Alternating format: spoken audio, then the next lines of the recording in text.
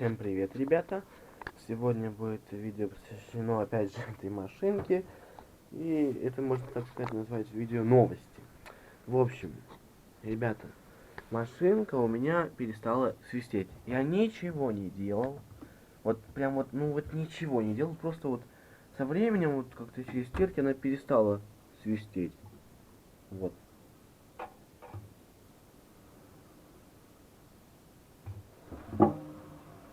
Да, конечно, есть посторонние звуки, но они очень тихие, но это я подозреваю, что это щетки.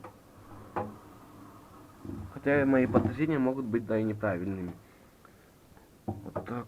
Вот, я не знаю, когда я выпущу видео со стиркой, потому что я вот утром стирал, но у меня вот не было возможности, так как я утром рано спал, мама рано стирала. Я сама ехала в больницу, и я не знаю, что я пока буду делать.